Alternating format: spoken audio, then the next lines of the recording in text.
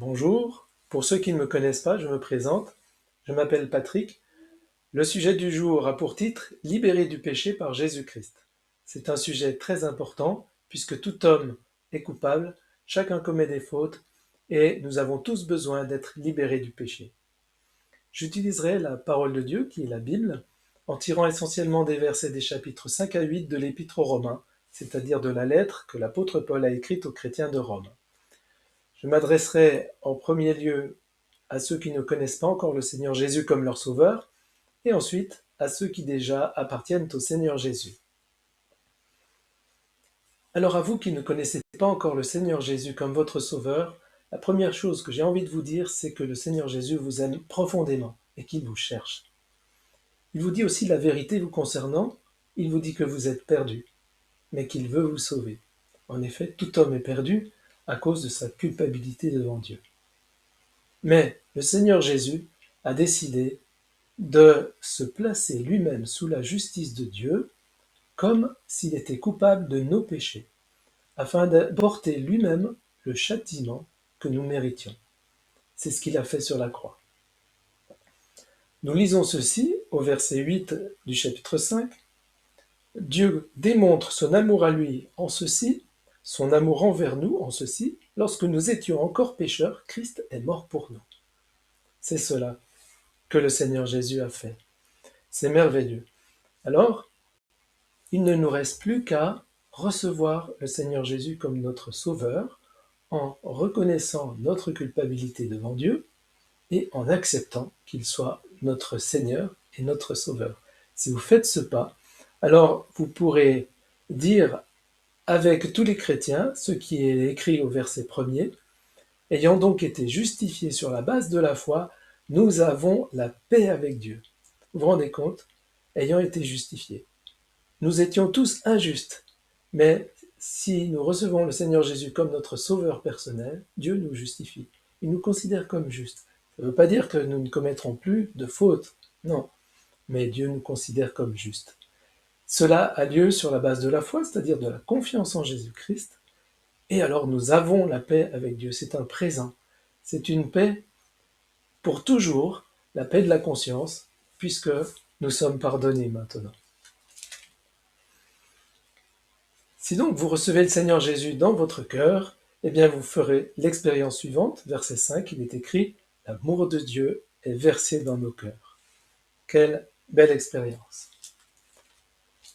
Maintenant, je vais m'adresser à vous qui appartenez au Seigneur Jésus. Lorsque nous avons mis notre confiance dans le Seigneur Jésus, nous avons goûté cette paix, cette joie dont nous venons de parler.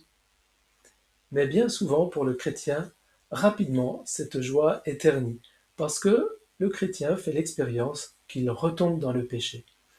Et cela le plonge dans la tristesse. Cette expérience souvent se renouvelle, malheureusement. Alors il y a plusieurs façons de réagir à cela, et en particulier deux façons. Ce sont donc deux sujets que je vais aborder. La première façon de répondre à ce fait que nous péchons encore en tant que chrétiens, c'est de se dire, c'est pas bien grave finalement de pécher puisque Dieu pardonne. Mais est-ce la pensée de Dieu? Alors c'est vrai que Dieu est fidèle pour pardonner. Lisons ce qu'il nous dit. Au chapitre 6, verset 1er, il est dit « Allons-nous demeurer dans le péché afin que la grâce abonde? Absolument pas. Ce n'est pas du tout la pensée de Dieu. » Vous pensez que quelqu'un qui volait, un chrétien, peut continuer de voler? Quelqu'un qui se montrait violent peut continuer à user de violence? Quelqu'un qui trichait, continuer de tricher?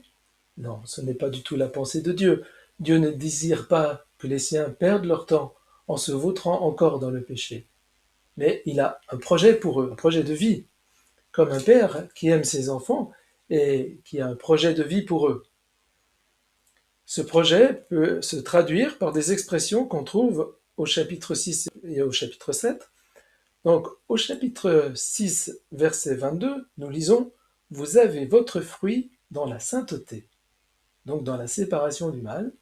Et au chapitre 7, verset 4, il est question de porter du fruit pour Dieu. Voilà donc le projet de Dieu pour nous, porter du fruit dans la sainteté et pour Dieu. Alors, vous me direz peut-être, qu'est-ce que ça veut dire porter du fruit? Eh bien, il s'agit d'amener ces actions à maturité de manière à ce qu'elles produisent du bien et qu'elles glorifient Dieu.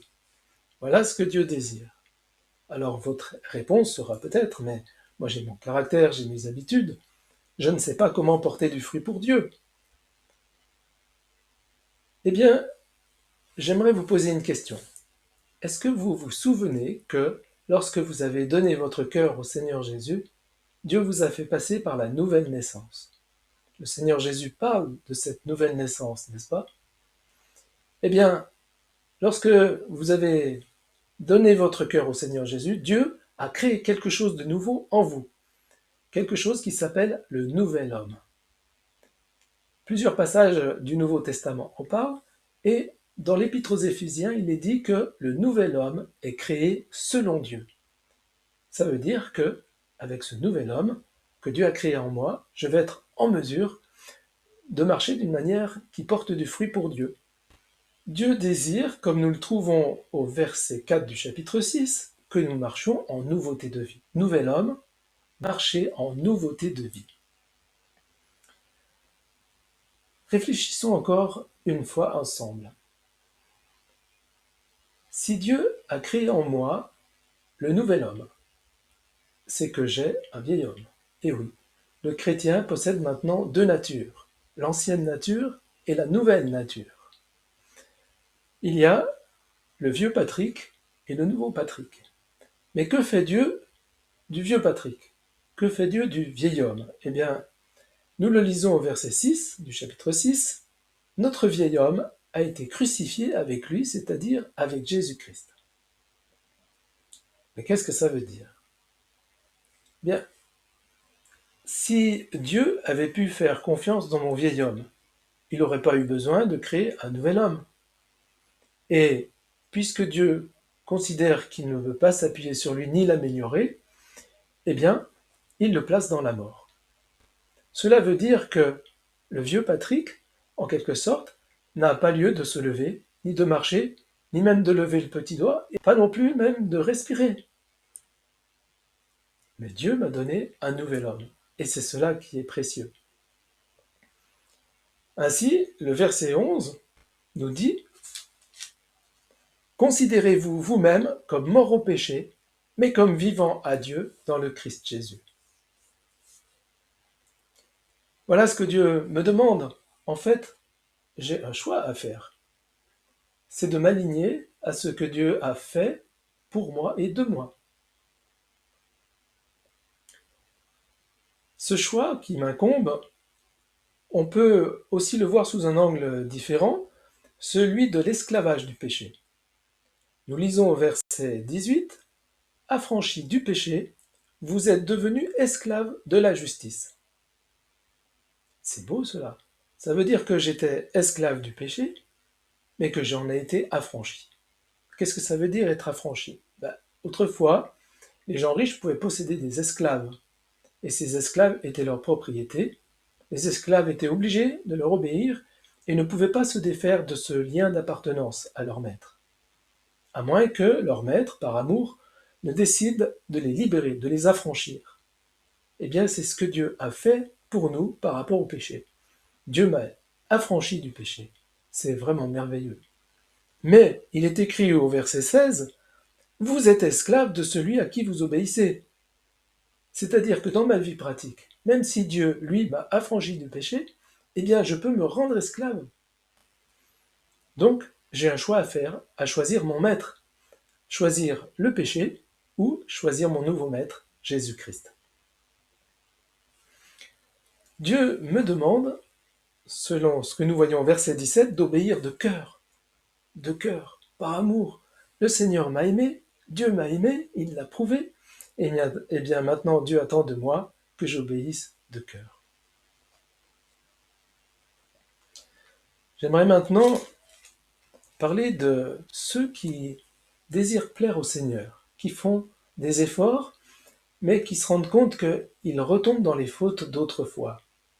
Alors, bien souvent, ces chrétiens s'analysent eux-mêmes pour essayer de découvrir leurs défauts de manière à s'améliorer. Et puis, leurs efforts sont là, véritables, mais ils vont de faute en faute et c'est un cycle qui perdure. Cela peut vraiment les pousser dans une grande tristesse et dans un grand découragement. Alors, j'aimerais dire à ces chrétiens, ne vous découragez pas, parce que le Seigneur Jésus veut vous venir en aide. Il ne vous blâme pas. Il sait que c'est même souvent un chemin nécessaire, une expérience à faire, pour découvrir que le Seigneur nous libère de cette situation et pour découvrir comment il le fait. Je peux en parler parce que je suis aussi passé par là. Dieu connaît tellement bien cette situation qu'il l'a décrit.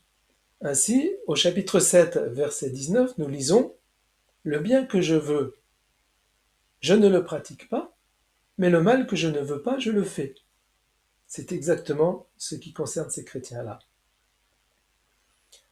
Alors, lorsque on fait cette expérience de manière répétée, eh bien, on arrive finalement à la conclusion du verset 18.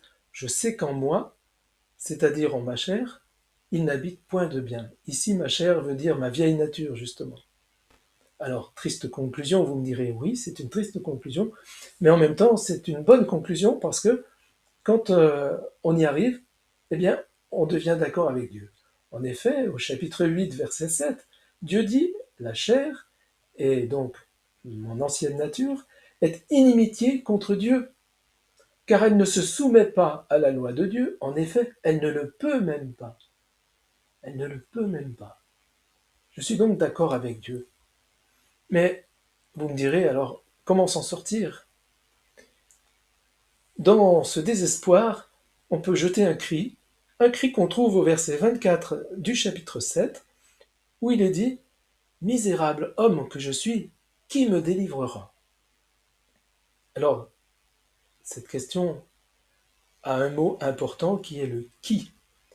Cela montre qu'on commence à se détourner de soi, de ses propres efforts, de ses propres échecs, pour se tourner vers l'extérieur, vers quelqu'un d'autre, et là Dieu est prêt à donner sa réponse. On la trouve aussitôt après, au verset 25, « Je rends grâce à Dieu par Jésus-Christ notre Seigneur ». Ça veut dire que c'est Dieu qui va nous délivrer par le Seigneur Jésus. Alors, comment va-t-il faire? On peut déjà dire que le chrétien qui veut s'efforcer par ses efforts à suivre les commandements de Dieu, à appliquer la loi de Dieu, se trouve face à une double difficulté. La première difficulté, c'est que lui-même n'est pas capable de s'améliorer de manière à suivre parfaitement cette loi. On a vu ce que Dieu réserve comme place à l'homme naturel. Et puis ensuite, la deuxième difficulté, c'est que la loi elle-même, qui est juste, qui vient de Dieu, n'a pas de puissance pour me transformer. Lorsque je m'efforce moi-même à m'améliorer, à suivre les commandements de Dieu, à faire des progrès, eh bien, je m'appuie sur le vieil homme. Parce que lorsque Dieu a donné sa loi, il l'a donnée à l'homme dans sa condition naturelle, pour qu'il s'efforce à plaire à Dieu. Et donc, en mettant en œuvre mon vieil homme, eh bien, je suis forcément voué à l'échec. Alors Dieu a trouvé comme solution de me libérer de la loi. On va voir comment. Dieu considère que la loi est comme un mari. Mari et femme sont liés. Mais si l'un des deux conjoints meurt, eh bien le lien du mariage, bien sûr, est rompu. Mais on a vu tout à l'heure que mon vieil homme est mort avec Christ. Alors, la loi, mon ancien mari, me considère maintenant comme mort, quelqu'un de mort. Et donc, je suis délié de ce lien de mariage avec la loi. C'est ce que nous lisons au verset 4. « Vous avez été mis à mort à la loi. »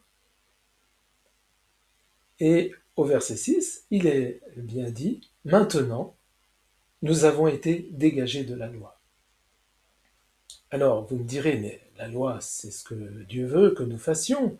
Alors, pourquoi faut-il que nous soyons déliés de la loi? Eh bien, on le verra un peu plus tard. D'abord, lisons le verset 7 pour savoir quel est le vrai but de la loi. Le verset 7 nous dit: « Je n'aurais pas connu le péché si ce n'avait été par la loi. » Et oui, c'est le vrai but de la loi, c'est de faire prendre conscience à l'homme que le péché est en lui. C'est une découverte fondamentale à faire.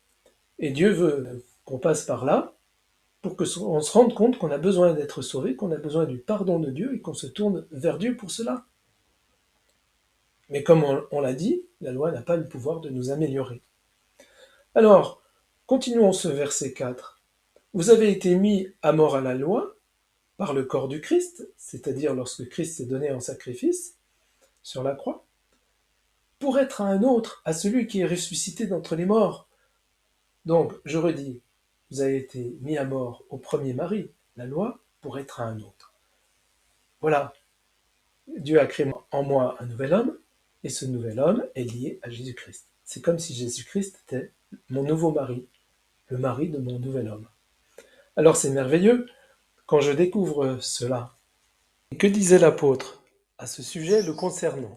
Il le dit en Galates 2, verset 20. « Je suis crucifié avec Christ, et je ne vis plus moi, mais Christ vit en moi. Et ce que je vis maintenant dans la chair, je le vis dans la foi au Fils de Dieu qui m'a aimé et qui s'est livré lui-même pour moi. » Alors, reprenons ce verset. Je suis crucifié avec Christ. C'est ce que nous venons de voir. Mon vieil homme est crucifié avec Christ. Je ne vis plus moi, mais Christ vit en moi. Alors c'est merveilleux. Quelle porte ouverte! Une personne, mon Sauveur, mon Seigneur, vit en moi. Et ce que je vis maintenant dans la chair, c'est-à-dire dans mon corps, je le vis dans la foi, dans la confiance en celui qui m'a aimé et qui s'est livré lui-même pour moi. J'ai conscience de son amour. Et voilà, je peux le laisser vivre en moi. Et maintenant, je vais pouvoir porter du fruit, vivre d'une manière qui plaise à Dieu, séparé du péché. Et quelle en est la puissance? Eh bien, on le trouve au verset 9 du chapitre 8. « L'Esprit de Dieu habite en vous. » C'est le cas de tous les véritables chrétiens. Le Seigneur disait à ses disciples: « Vous recevrez de la puissance, le Saint-Esprit venant sur vous. » Voilà la puissance du chrétien. La loi n'est pas une puissance pour nous, mais le Saint-Esprit l'est, et c'est une personne divine. Et cette personne va nous occuper de Christ et aussi la laisser vivre en nous. Voilà, quelle merveille. En fait, lorsqu'on en est à toujours tomber et à se décourager, à essayer encore de faire ses propres efforts pour plaire à Dieu, on n'est pas dans la condition normale du chrétien. La condition normale du chrétien, c'est de marcher par l'Esprit. Et c'est pour cela que ainsi sont reconnus les vrais chrétiens. Verset 14, nous lisons: « Tous ceux qui sont conduits par l'Esprit, ceux-là sont fils de Dieu. » Alors, ça ne veut pas dire que lorsque vous vous découragez à essayer de plaire à Dieu, vous n'êtes pas sauvé. Si vous avez reçu le Seigneur Jésus comme votre sauveur personnel, vous êtes sauvé. Mais vous avez besoin de faire cette expérience que en vous il n'y a aucun bien, de manière à ce que vous vous appuyez non plus sur vos propres efforts, ni sur votre vieil homme, mais sur Jésus-Christ qui habite en vous, et que votre force soit, votre source de puissance soit le Saint-Esprit lui-même. Ainsi vous marcherez, nous marcherons par le Saint-Esprit. Et au cours de cette marche, eh bien, nous expérimenterons l'amour de Dieu. Et cela dans le sentiment de notre relation avec lui. Il est devenu notre Père. Il a fait de nous ses enfants. C'est ainsi qu'il est dit au verset 15 du chapitre 8, « Vous avez reçu l'esprit d'adoption par lequel nous crions « Abba, Père, Papa, Père ». Un esprit d'adoption. Le Saint-Esprit, voilà, nous fait prendre conscience, jouir de cette adoption. Dieu m'a adopté. Conduit par l'Esprit, détournant mes regards de moi-même pour les tourner vers Dieu, eh bien, maintenant, je vais jouir pleinement de l'amour de Dieu.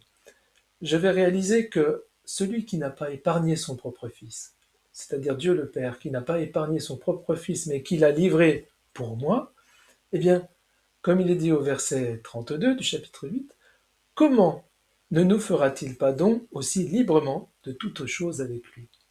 J'ai conscience que le Seigneur, que Dieu va me donner tout ce dont j'ai besoin, en particulier pour vaincre le mal, mais aussi pour tous les aspects de ma vie chrétienne. Une question est posée au verset 35. « Qui est-ce qui nous séparera de l'amour de Christ ?» Voilà, j'ai conscience de l'amour de Christ, et Dieu me confirme que rien ne m'en séparera. Cela ne veut pas dire que la vie du chrétien sera facile et exempte de difficultés. Le Seigneur Jésus a connu beaucoup d'épreuves et de difficultés dans sa vie.